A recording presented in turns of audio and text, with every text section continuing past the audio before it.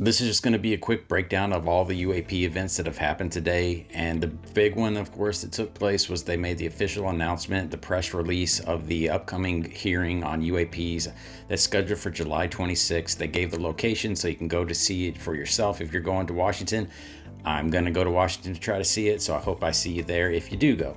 But they had 4 representatives there: Luna, Burchett, Moskowitz, and Burlinson. Those 2 are kind of unknowns, and one of them is a skeptic, a self-proclaimed skeptic, but I'm glad he's on the team because that means that we have a different set of eyes instead of just enthusiasts. We learned a lot from the press conference itself about what's led up to this announcement. Luna and Burchett, as well as Matt Gaetz, took a trip to Florida to the Eglin Air Force Base where they were going to see some videos and speak to some pilots. But as soon as they got there, they got the bait and switch by the commander of the Air Force Base, who's this guy. I'll throw his picture in right here. And they basically got shown other things that weren't directly related. They got up halfway through the briefing and basically left, called Washington and said they were getting the runaround. So they ended up getting more information later on. But as Tim Burchett just described him, he was a very arrogant gentleman and was just not going to cooperate with them and give them what they were trying to get, what they were promised to get.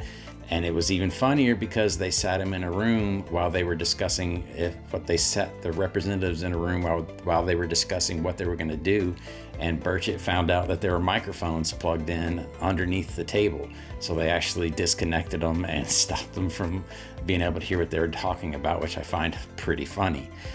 But then they started saying other things like a whistleblower had backed out due to pressure from the Pentagon, and that NASA had backed out just about a week ago, and no one said why, so that's still a big mystery. But they did announce the people that will be testifying, and that includes David Grush, David Fravor, and Ryan Graves. We're real familiar with Ryan Graves and David Fravor from the Tic Tac, as well as the 2015 events off of the East Coast. You're probably familiar with Grush by now, but I feel like there's going to be some things that he says in this that might be a little bit more elaborated on than what we've heard in the past. Speaking of Grush, what he has said has been backed up by Chris Mellon today, who tweeted that he respects him and believes him, and that the testimony that he's given is a example of why we need a congressional-led investigation into the reverse engineering and crash retrieval programs that are rumored to exist. And he's saying this on the same day that Kirkpatrick, the head of Aero, held a conference or held an interview with ABC News where he's saying he's talked to 30 witnesses and none of them have been able to provide him with anything credible enough to show that to prove to him that there is a valid UFO program or reverse engineering crash retrieval program that exists. So that's one intelligence officer saying that the claims of another intelligence officer are bogus. And Chris Mellon chimes in and said that this is why Congress needs to get motivated to cross the chasm between the claims of Grush and the denials of Aero.